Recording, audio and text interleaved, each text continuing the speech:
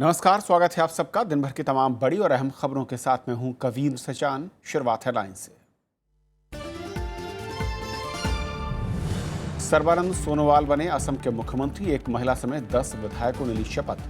प्रधानमंत्री ने कहा, राज्य के विकास में नहीं छोड़ेंगे कसर।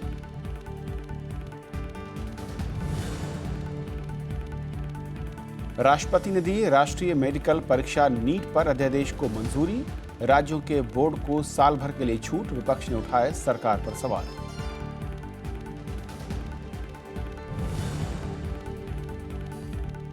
यूपी और बिहार पहली बार स्मार्ट शहरों की सूची में। लखनऊ और भागलपुर को विकसित करने का लक्ष्य। नई लिस्ट में 13 और शहरों के नाम।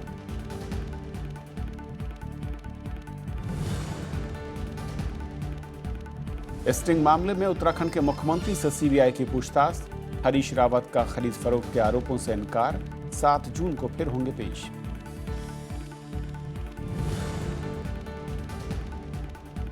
और बाल बाल बची पटना से दिल्ली आ रही एयर एम्बुलेंस। तकनीकी खराबी से दिल्ली में क्रैश लैंडिंग। सभी यात्री सुरक्षित। और आइए देखते हैं पहली खबर।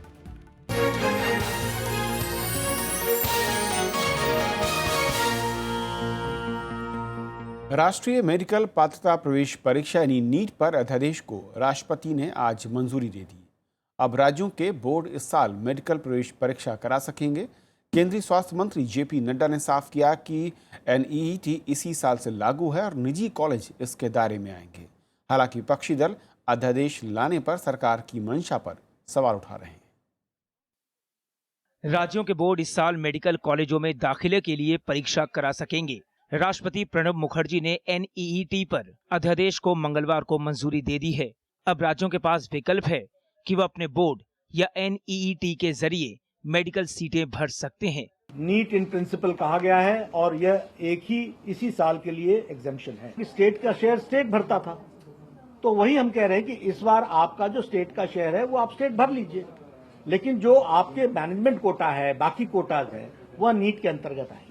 दिल्ली सरकार और कांग्रेस समेत कई दलों ने एनईईटी पर अध्यादेश का विरोध किया है। प्राइवेट मेडिकल लॉबीज का के पक्षधर बनना बंद करिए और छात्रों और उनके माता पिता के बारे में सोचिए। ये सारा का सारा जो ऑर्डिनेंस है प्राइवेट मेडिकल कॉलेज को फायदा पहुंचाने के लिए किया गया, हम इसका विरोध कर रहे हैं। मैं समझता हूं कि ये एक उचित चिंतन नहीं है और सार्थक दिशा में ये कदम नहीं जा रहे हैं। केंद्रीय स्वास्थ्य मंत्री जेपी नड्डा ने विपक्ष के आरोपों को बेबुनियाद बताया है। वो प्राइवेट मेडिकल कॉलेजेस की तरफ इंगित करते हैं और प्राइवेट मेडिकल कॉलेजेस नीट के अंतर्गत आ चुके हैं। कम से कम एक ये काम जरूर हो गया है कि कैपिटेशन फीस खत्म हो गई है। और सेकंड बहुत बड़ा ये है कि पहले ये होता था कि हर एक student was eligible to take an admission in any college, चाहे वो उस चीज़ के लिए डिजर्व करता था या नहीं करता था। इससे क्या होगा, एक छन्नी हो जाएगी। इस मामले में सुप्रीम कोर्ट में याचिका लगाने वाले अमित कुमार अध्यादेश को कोर्ट में चुनौती देंगे। लोग इस अध्यादेश को चैलेंज करेंगे। ऐसा कोई कानून या संविधान में प्रावधान नहीं है जिससे आप सर्वोच्च न्यायालय के फैसले को सरकार 1 साल के लिए रोक सके। सुप्रीम कोर्ट ने अपने आदेश में देश के सभी सरकारी और निजी मेडिकल कॉलेजों में दाखिले के लिए राष्ट्रीय मेडिकल पात्रता प्रवेश परीक्षा यानी नीट को अनिवार्य कर दिया था, लेकिन कई राज्यों ने परीक्षा की भाषा और पाठ्यक्रम को लेकर चिंता जताई थी, जिसके बाद केंद्र सरकार ये अध्यादेश लाई है। प्रणव गोस्वामी, राज्यसभा टीवी। और इस मसले पर और बातचीत करने के लिए हमारे साथ डॉक्टर हरीश भल्ला साहब हैं, जो कि सोशल एक्टिविस्ट हैं। हरीश भल्ला जी, स्वागत है आपका। सबसे पहले तो सरकार जो एक अध्यादेश लेकर आई उसको लेकर विवाद है। सरकार तमाम तर्क दे रही है कि इसकी ज़रूरत क्यों थी। आपकी नज़र में जो सरकार के तर्क हैं वो कितने मजबूत या फिर कितने कमज़ोर दिखते हैं नीट अध्यादेश को लेकर? नीट अध्यादेश को ऑर्डिनेंस से जो इन्होंने आंशिक रूप से कहते हैं पोस्टपोन किया है, वो एंटी स्टूडेंट और एंटी मेरिटोरियस स्टूडेंट्स, जो लोग गरीब लोग हैं या जो लोग पढ़े लिखे भी हैं पर अफोर्ड नहीं कर सकते मेडिकल एजुकेशन, उन लोगों के ऊपर सीधा प्रहार है। हम लोग सोचते थे कि ये सरकार जो अपने आप को क्लेम करती हैं कि हम लोग बड़े प्रोग्रेसिव हैं और ऐसे अच्छे अच्छे काम करेंगे, पर ये अध्यादेश लाके इनकी मंशा हमको पता लग गई है। प्राइवेट मेडिकल कॉलेजेस का जो इतना बड़ा गिरोह है जो हिंदुस्तान के अंदर कमांड करता है कि 3 वर्षों पहले इसी नीट को सुप्रीम कोर्ट से इन्होंने कैंसिल करवा लिया था। अब इसी सरकार से इन्होंने किसी न किसी बहाने से फिर से इन्होंने पोस्टपोन करा दिया है। अगर ये मान लीजिए अध्यादेश लाए हैं तो आदरणीय हेल्थ मिनिस्टर ये बताएं कि ये कब से लागू होगा। आप कह रहे हैं कि हम आंशिक रूप तक इसको स्टॉप कर रहे हैं, कब से लागू होगा ये बताएं, क्योंकि इसमें स्टूडेंट्स को बहुत डिप्रेशन हुआ है। स्टूडेंट्स ने तैयारी कर ली थी और कहीं ना कहीं इनके पास बहाने हैं कि रीजनल लैंग्वेज की बात करते हैं कि कन्नड़ वालों ने या तमिलनाडु वालों ने कहा कि ये लैंग्वेजेस हमारे पास नहीं है। जितने लोग भी नीट में बैठेंगे या बैठने की तैयारी कर रहे थे या जितने पहले की भी स्टेट के अंदर भी जितनी भी एग्जामिनेशंस होते हैं उनकी तैयारियां करते हैं, तो मेडिकल कॉलेजेस की शिक्षा पूरे हिंदुस्तान के अंदर इंग्लिश में होती है, कोई भी रीजनल लैंग्वेज में नहीं होती है। इनका ये कहना कि हम कन्नड़ के अंदर अगर पढ़ेंगे तो ही नीट के अंदर आ पाएंगे, ये तो बिल्कुल बेतुकी बात है। तो कोई ना कोई बहाने से इन लोगों ने नीट को रुकवा दिया है। लेकिन सरकार ये कह रही है कि सिर्फ जो स्टेट के आधार आने वाले कॉलेज हैं वो उनको सिर्फ 1 साल की छूट दी जा रही, जो प्राइवेट कॉलेज हैं वो नीट के दायरे में उनको कोई छूट नहीं दी गई है। जी, पर उसके बावजूद भी पूरी हेराफेरी का पूरा मामला इनके पास है। अगर ये इतने लोग क्लीन थे तो ये प्राइवेट मेडिकल कॉलेजेस ने क्यों अपील की और क्यों इन्होंने इसको खिलाफत की? नहीं, मैं समझना ये चाह रहा हूँ कि अगर नीट के दायरे में प्राइवेट मेडिकल कॉलेज हैं तो वो हेराफेरी कैसे कर पाएंगे? उन्हें 1 साल का जो एक ये छूट सरकारी कॉलेजों को दिया है, स्टेट गवर्नमेंट को दिया गया है, उसके चलते प्राइवेट मेडिकल कॉलेज कहाँ पर बैठते हैं? प्राइवेट मेडिकल कॉलेजेस के अंदर जो इनकी रिजर्व सीट्स हैं 15% इनकी NRI सीट्स रिजर्व हैं, बाकी इनकी स्टेट कोटा की सीट्स हैं। इसके अंदर सब मैनिपुलेट, आपने देखी, मैं मध्य प्रदेश का रहने वाला हूँ, व्यापम के अंदर क्या हुआ? व्यापम में यही तो हेराफेरी हुई। वो सरकारी सीटों को ही ये लोग मैनिपुलेट करते थे प्राइवेट मेडिकल कॉलेजेस वाले। इन सरकारी सीटों को वो मैनिपुलेट करेंगे। ये सरकारी जितनी भी सीटें हैं इनका आपस में लेन देन रहेगा। यानी आप करेंगे जो 15% का कोटा स्टेट, वो तो NRI का है, नहीं स्टेट का जो फिक्स स्टेट का है, उन्हीं सीटों को नहीं 15% तो NRI का है, 15% ऑल इंडिया है, बाकी की सीटें इनकी अपनी हैं, उसमें हेराफेरी करते हैं। व्यापम क्या है? व्यापम में यही तो सीटें हेराफेरी करी इन्होंने। प्राइवेट मेडिकल कॉलेज को ये लोग जो कि मेरिटोरियस स्टूडेंट थे उनसे ये पैसे लेके प्राइवेट मेडिकल कॉलेज के अंदर डोनेशन के अंदर चले जाते थे। यही तो व्यापम है। ये पूरे देश के अंदर व्यापम होंगे, आप देखिएगा। इस अध्यादेश से पूरे देश के अंदर से मध्य प्रदेश ही नहीं, अब हर स्टेट के अंदर व्यापम जैसे कांड हो जाएंगे। वो जो गवर्नमेंट की सीटें हैं उनको ये मैनिपुलेट करेंगे प्राइवेट मेडिकल कॉलेजेस। और हमारा ये कहना है कि प्राइवेट मेडिकल कॉलेजेस को हम नहीं चाहते कि बंद हो। बहुत अच्छे अच्छे मेडिकल कॉलेज खुले हैं। इनके इस अध्यादेश नीट के कारण या जो भी इनकी पॉलिसीज हैं, 100 मेडिकल कॉलेजेस हिंदुस्तान के अंदर बंद हो जाएंगे। हम नहीं चाहते वो बंद हो, क्योंकि बहुत अच्छे अच्छे मेडिकल कॉलेजेस भी हैं। उनके लिए सरकार को एक पॉलिसी करनी चाहिए। इनकी ट्यूशन फीस का स्ट्रक्चर ठीक कर देना चाहिए। ट्यूशन फीस जो है भी बहुत कम है, जिससे ये लोग एफोर्ड नहीं कर पाते हैं और उसी कारण से ये हेराफेरी करते हैं। इनको मेडिकल काउंसिल को पैसे देने पड़ते हैं रिश्वत के, इनको हर जगह रिश्वत देनी पड़ती है, इसीलिए ये हेराफेरी करते हैं। तो अगर आप फीस स्ट्रक्चर ठीक कर दोगे तो ये हेराफेरियां ऑटोमेटिकली बंद हो जाएंगी। लेकिन अगर 1 साल का जो गैप है, जिसमें सरकार बार बार जो उसकी मैं कहूँ कि जहाँ पर वो एक पॉइंट आउट कर रही है कि प्राइवेट मेडिकल कॉलेज नीट के दायरे में है, वहाँ पर एडमिशन जो होंगे वो नीट के थ्रू ही होंगे। तो अगर सरकार, केंद्र सरकार ये एक अध्यादेश लाती है या केंद्र सरकार ये कहती है कि प्राइवेट मेडिकल कॉलेज में जो भी सीटें हैं वो नीट के थ्रू भरी जाएंगी, तो उसके बाद जो चांसेस हैं जिसका आप जिक्र कर रहे हैं, करप्शन का या भ्रष्टाचार का प्राइवेट मेडिकल कॉलेज को फायदे का, वो कैसे मुमकिन होता है? सुनिए, ये सरकारी जितने भी वहाँ पे मध्य प्रदेश का मैं आपको फिर बता रहा हूँ कि वहाँ पे जितने बोर्ड्स थे, जो गवर्नमेंट सीट्स थी, वो प्राइवेट मेडिकल कॉलेजेस उनको ले लेते थे पैसा दे के। वहाँ के उनके स्टूडेंट्स जो हैं वहाँ से ही लोग हेराफेरियाँ करके व्यापम, आप अगर पूरा व्यापम को समझने की कोशिश करेंगे उसके लिए अलग प्रोग्राम आप कर सकते हैं। व्यापम यही हुआ कि सरकारी सीटें जो थी ये लोग मार लेते थे और उनसे पैसे लेते थे, और ये वही करेंगे। इनका धंधा फिर से चलेगा, हजारों करोड़ का धंधा है, और इसके अंदर मेडिकल काउंसिल भी इन्वॉल्व है। आप कह रहे हैं कि जो उनकी अपने स्टूडेंट्स हैं उनको सरकारी कॉलेजेस में एडमिशन दिलाया जाएगा, उन सीटों को ब्लॉक किया जाएगा। Exactly, this is how. अगर 1 साल के, मैं कहूँ कि 1 साल के लिए इनके एक तरीके से इनके लिए एक मौका और ये बोनस है। इस बार जो पहले सीटें 50 लाख में ही देते थे MBBS की, वो अब 2-2 करोड़ में बिकेंगी। इस बार आप देख लीजिएगा, 2-2 करोड़ रुपए ये MBBS की सीटों के लेंगे जो कि MD के लिए लेते थे। एक आखिरी सवाल, क्या नीट पूरी तरीके से, अगर मैं कहूँ कि अगले साल जिस तरीके से सरकार करे कि लागू हो जाए, और वो हमें शक है ना कि करेंगे नहीं। 3 साल से तो किया नहीं इन्होंने। पिछली बार सुप्रीम कोर्ट ने हेराफेरी करके कहे कि पैसे का लेन देन हुआ, लोग कहते हैं काफी बड़ा हेराफेरी हुई, उसके बाद 3 साल तक किसी ने इसकी सुनवाई नहीं की। अब जब ये नीट 5 जजों की बेंच ने उसको जजमेंट दिया और जनहित याचिका पे, और पांचों जजेस ने एक ही आवाज के अंदर इसके फेवर में दिया। उसके बावजूद भी सरकार से उम्मीद नहीं थी कि वो स्टूडेंट्स के इतना बढ़िया फेवर होने वाला, एक गरीब आदमी, गांव का आदमी भी उसको कम्पीट कर सकता था। जैसे आईएएस हो, आईपीएस हो, वैसा एग्जाम यूपीएससी लेती है, वैसे ही एग्जाम होता, उसको इन्होंने खराब कर दिया। अब हमें पूरा शक है कि 3 साल के बाद, अब हुआ था, सुप्रीम कोर्ट ने इसको ऑर्डर किए, अब ये 1 साल का कहते हैं, हमें शक है कि 1 साल बाद फिर कर पाएंगे। और अगर ये 1 साल बाद लागू होता है हरीश साहब, क्या उसके बाद जो एडमिशन में धांधली है, मोटा पैसा चलता है, क्या वो रुक सकता है? काफी हद तक रुक जाएगा, काफी हद तक।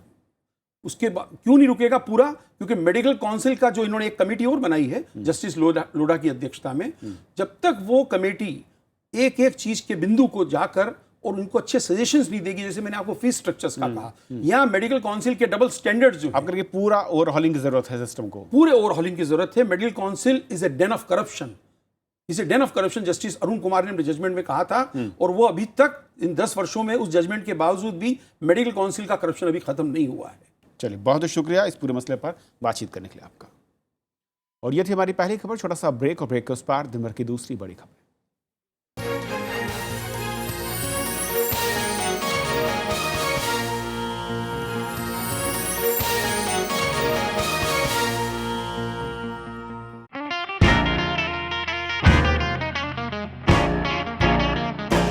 अंडमान हमारे ख्वाबों का एक शानदार जहां, खामोशियां सुनाती हैं एक दास्तां यहाँ।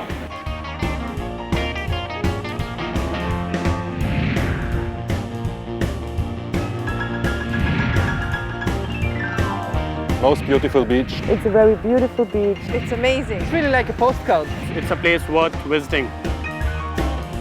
ले चलेंगे आपको 7 द्वीपों के सफर पर, सिर्फ राज्यसभा टीवी पर।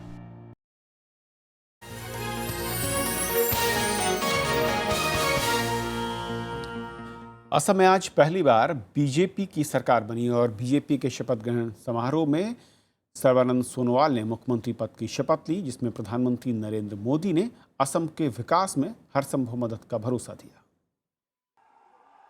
असम में बीजेपी की पहली सरकार बनी तो मंच पर प्रधानमंत्री नरेंद्र मोदी समेत बीजेपी और एनडीए के कई बड़े नेता मौजूद थे। राज्यपाल पीबी आचार्य ने मुख्यमंत्री सर्बानंद सोनोवाल को पद और गोपनीयता की शपथ दिलाई। उनके साथ हेमंत बिस्वा शर्मा समेत 10 मंत्रियों ने शपथ ली। नई सरकार में बीजेपी के 6 और सहयोगी असम गण परिषद और बोडोलैंड पीपल्स फ्रंट से 2-2 मंत्री हैं।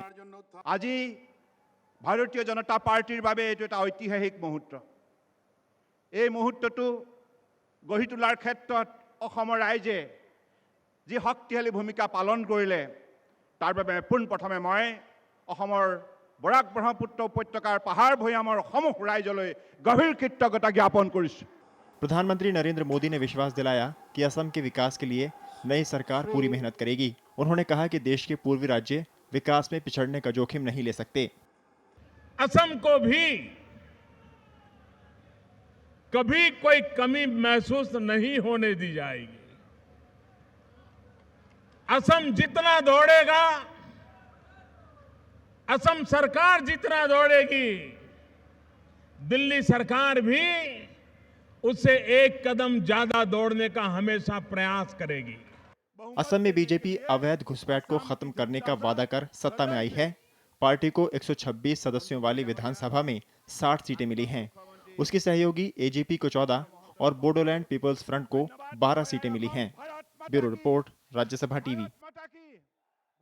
केंद्रीय शहरी विकास मंत्री ने आज 13 नए शहरों के नामों का ऐलान किया, जिन्हें स्मार्ट सिटी के तौर पर विकसित किया जाना है।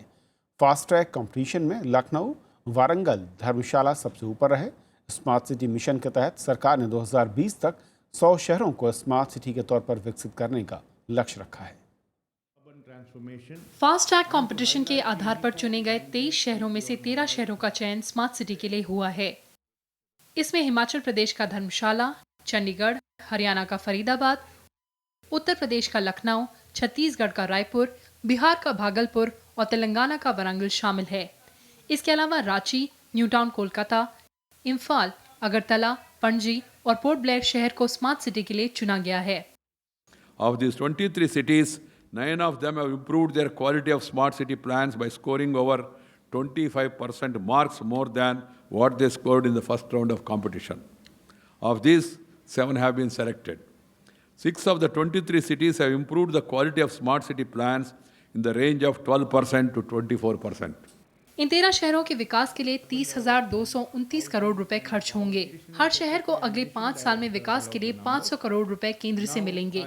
इतनी ही रकम राज्य भी खर्च करेंगे। इस साल जनवरी में सरकार ने पहली सूची में 12 राज्य और केंद्र शासित प्रदेशों की 20 शहरों का चयन किया था, जिन्हें विकसित करने के लिए 50,802 करोड़ रुपए का निवेश हो रहा है। The 13 cities selected fast track competition have proposed a total investment of 30,229 crores. With this investment proposed by 33 cities under smart city plan is now 80,789 crores. जिन शहरों का चयन नहीं हुआ है वो जून के आखिर में होने वाले दूसरे दौर की प्रतियोगिता में नए प्लान के साथ फिर हिस्सा ले सकेंगे। स्मार्ट सिटी बनने वाले शहरों में बुनियादी सुविधाओं, बिजली, पानी, परिवहन और सूचना तकनीक की बेहतर सेवाएं मुहैया कराई जाएंगी। कृति मिश्रा, राज्यसभा टीवी। 2 दिन की सफल ईरान यात्रा के बाद प्रधानमंत्री नरेंद्र मोदी बीती रात स्वदेश लौट आए। दोनों देशों ने चाबहार बंदरगाह को विकसित करने का समझौता किया। इससे भारत को पाकिस्तान पर रणनीतिक बढ़त मिलेगी। प्रधानमंत्री नरेंद्र मोदी और ईरान के राष्ट्रपति हसन रूहानी के बीच हुई मुलाकात चाबहार बंदरगाह पर जमी बर्फ पिघलाने में कामयाब रही। दक्षिण ईरान में स्थित इस बंदरगाह को विकसित करने के लिए भारत 50 करोड़ डॉलर का निवेश करेगा। भारत को इससे अफगानिस्तान के साथ यूरोप तक सीधी पहुंच मिलेगी, जिसमें पाकिस्तान से होकर जाने की जरूरत नहीं होगी। इसके अलावा भारत, ईरान और अफगानिस्तान के बीच परिवहन गलियारे पर त्रिपक्षीय समझौता भी हुआ। We are all witnessing creation of history, not just for the people of our 3 countries, but for the entire region. Iran और अफगानिस्तान का मानना है कि चाबहार परियोजना से क्षेत्रीय शांति और स्थिरता को बढ़ावा मिलेगा।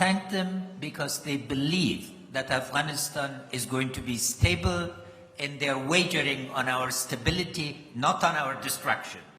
चाबहार के अलावा भारत और ईरान में 12 समझौते हुए। ईरान में भारत एल्युमिनियम कारखाना लगाएगा, साथ ही अफगानिस्तान और मध्य एशिया तक पहुंच के लिए रेलवे लाइन भी बिछाएगा। दोनों देशों ने अर्थव्यवस्था, व्यापार, परिवहन, पोत विकास, संस्कृति, विज्ञान और अकादमिक सहयोग के क्षेत्र में भी समझौते किए। भारत और ईरान ने आतंकवाद को क्षेत्रीय शांति और सुरक्षा के लिए खतरा बताया और खुफिया सूचनाएं साझा करने पर सहमति जताई। We have agreed to consult closely and regularly on combating threats of terrorism, radicalism, drug trafficking and cybercrime. प्रधानमंत्री ने तेहरान में भारत और ईरान के ऐतिहासिक रिश्तों पर एक सम्मेलन का उद्घाटन भी किया। प्रधानमंत्री ने कहा कि दोनों देशों को अब इन रिश्तों को मजबूत बनाने की कोशिश करनी चाहिए। कुर्बान अली, राज्यसभा टीवी, तेहरान। संसदीय कार्य मंत्री एम वेंकैया नायडू ने कहा है कि यूपीए के मुकाबले एनडीए संसद को बेहतर तरीके से चला रही है। एनडीए सरकार ने अब तक 101 विधेयक पेश किए हैं। उन्होंने आरोप लगाया कि कांग्रेस इनमें अड़ंगा डाल रही है। वहीं संसद में अवरोध पर कांग्रेस ने बीजेपी को उसके इतिहास की याद दिलाई। सत्ता में 2 साल पूरे करने जा रही एनडीए सरकार ने संसदीय कामकाज पर अपने रिकॉर्ड को यूपीए से बेहतर बताया है। संसदीय कार्य मंत्री एम वेंकैया नायडू ने कहा कि लोकसभा में यूपीए कार्यकाल के मुकाबले ज्यादा काम हुआ, वहीं राज्यसभा में बहुमत नहीं होने से यूपीए कार्यकाल के मुकाबले कम काम हुआ। There are 44 bills pending in Rajya Sabha as against 11 in Lok Sabha. Pending means some of them are referred to standing committee in Lok Sabha. So I will be discussing it with the chairman and also with other party leaders to see that the backlog is cleared in Rajya Sabha. वहीं कांग्रेस ने संसद में अवरोध पर संसदीय कार्य मंत्री के आरोपों को खारिज कर दिया। 50 साल के रिकॉर्ड में लोकसभा मात्र 61% समय चली और राज्यसभा 66% समय चली, और जो कि पूरी तरह से भारतीय जनता पार्टी के कारण पार्लियामेंट नहीं चल सकती थी। संसदीय कार्य मंत्री ने भरोसा जताया कि जीएसटी बिल मानसून सत्र में पारित हो जाएगा। साथ ही उन्होंने कहा कि भूमि अधिग्रहण विधेयक पर राज्य से बात चल रही है। कृति मिश्रा, राज्यसभा टीवी। स्टिंग मामले में आज उत्तराखंड के मुख्यमंत्री हरीश रावत से सीबीआई ने दिल्ली में पूछताछ की। हरीश रावत ने खुद पर लगे आरोपों से इनकार किया है और जांच में सीबीआई को सहयोग करने की बात कही। सीबीआई 7 जून को फिर से उनसे पूछताछ करेगी। उत्तराखंड के मुख्यमंत्री हरीश रावत मंगलवार को दिल्ली में सीबीआई के मुख्यालय पहुंचे। उन्होंने विधायकों की खरीद फरोख्त से जुड़े स्टिंग मामले में सीबीआई के सवालों का जवाब दिया है। ये चीजें कल अदालत के सामने आएंगी तो मैं नहीं चाहता कि उन चीजों पर कुछ कहूं। जब मैंने कोई क्रिमिनलिटी की ही नहीं है, जब मैंने कोई अपराध किया ही नहीं है, न मैं कह रहा हूं कि मुझे विधायक चाहिए, न मैं पैसा दे रहा हूं, न मैं पैसे किसी का मोल भाव करने की कोशिश कर रहा हूं, तो मुझे कोई डॉक्यूमेंट देने की जरूरत ही नहीं। बीजेपी का आरोप है कि उत्तराखंड सरकार ने जिस तरह से सीबीआई जांच को रोकने की कोशिश की, उससे साबित होता है कि हरीश रावत जांच से बचना चाहते हैं। जब इंक्वायरी हो जाती है, एक बार स्टार्ट होती है, तो कोई भी गवर्नमेंट उसे खारिज नहीं कर सकती है। इसके बावजूद फिर आप माननीय उच्च न्यायालय नैनीताल में गए। माननीय उच्च न्यायालय ने भी आपको राहत नहीं दी और कहा कि नहीं, आप सहयोग करिए, आप सीबीआई के सामने जाइए।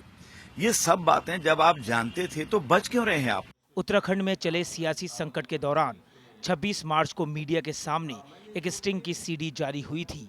इसमें हरीश रावत को विधायकों की खरीद फरोख्त को लेकर बातचीत करते दिखाया गया था। सीबीआई इस मामले की जांच कर रही है। प्रणव गोस्वामी, राज्यसभा टीवी।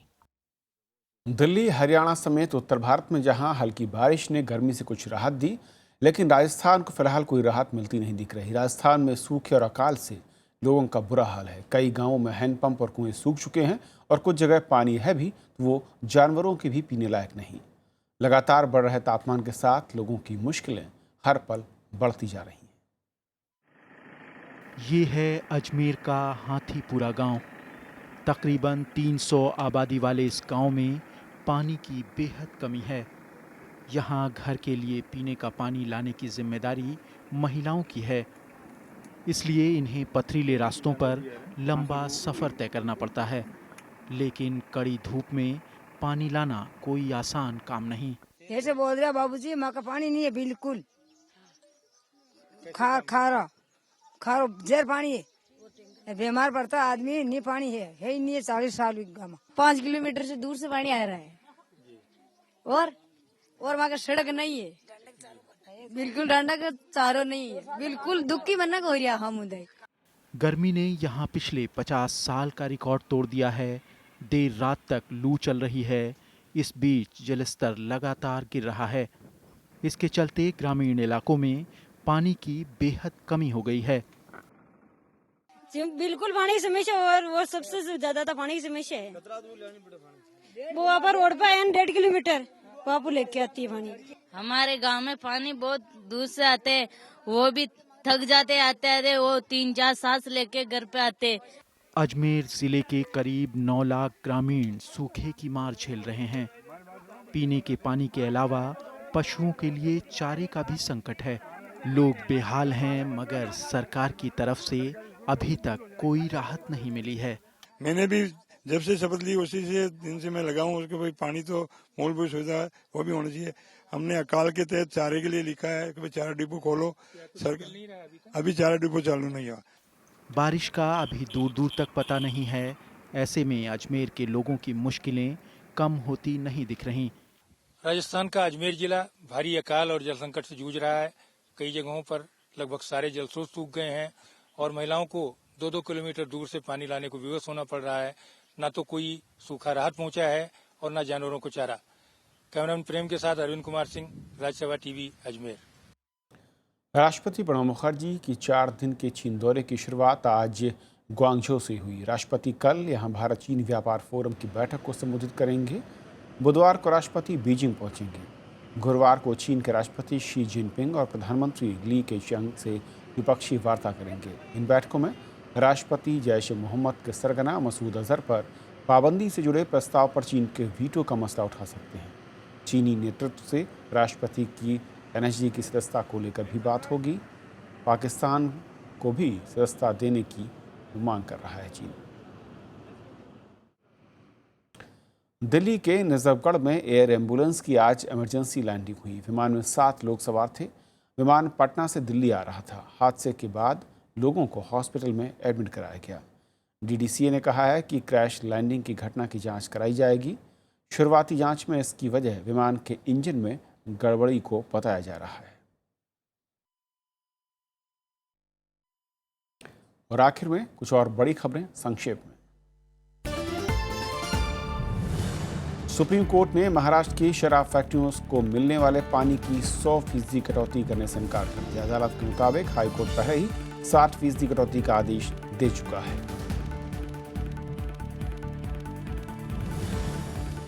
गृह मंत्रालय के निलंबित अंडर सेक्रेटरी आनंद जोशी की न्यायिक हिरासत 6 जून तक बढ़ा दी गई है।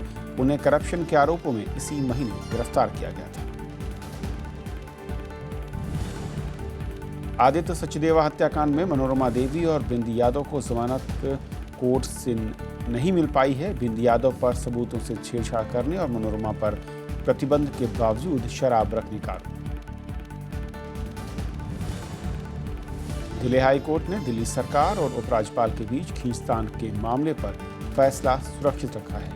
दिल्ली सरकार ने नौकरशाहों की नियुक्ति को लेकर उपराज्यपाल से खींचतान के मामलों पर रोक लगाने की मांग की थी। पटियाला हाउस कोर्ट ने जैश मोहम्मद के 3 संदिग्धों को 14 दिन की न्यायिक हिरासत में भेज दिया। इन तीनों पर दिल्ली में आतंकी हमले की साजिश रचने का आरोप है।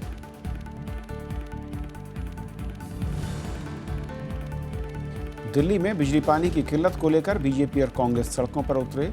दोनों पार्टियों ने मुख्यमंत्री केजरीवाल के घर का घेराव किया। दोनों पार्टियों के कार्यकर्ताओं ने केजरीवाल सरकार के खिलाफ नारेबाजी की। आंध्र प्रदेश के विशाखापट्टनम में केमिकल फैक्ट्री में आग लगने से एक शख्स की मौत हो गई। हादसा अमोनियम नाइट्रेट ले जा रहे एक टैंक में धमाके से हुआ। इससे नजदीक खड़े मजदूरों को अपनी चपेट में। जम्मू कश्मीर के नरगोटा में पब्लिक हेल्थ इंजीनियरिंग के कर्मचारियों ने नियमित करने के लिए प्रदर्शन किया। उन्होंने नेशनल हाईवे पर जाम लगाकर सरकार के खिलाफ नारेबाजी की।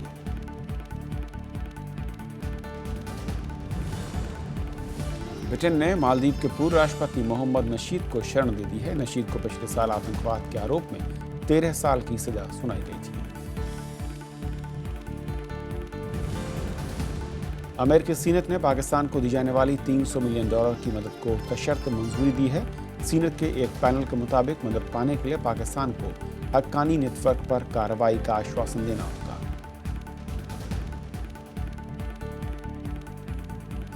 तो इस बुलेटिन में भी इतना ही। नमस्कार।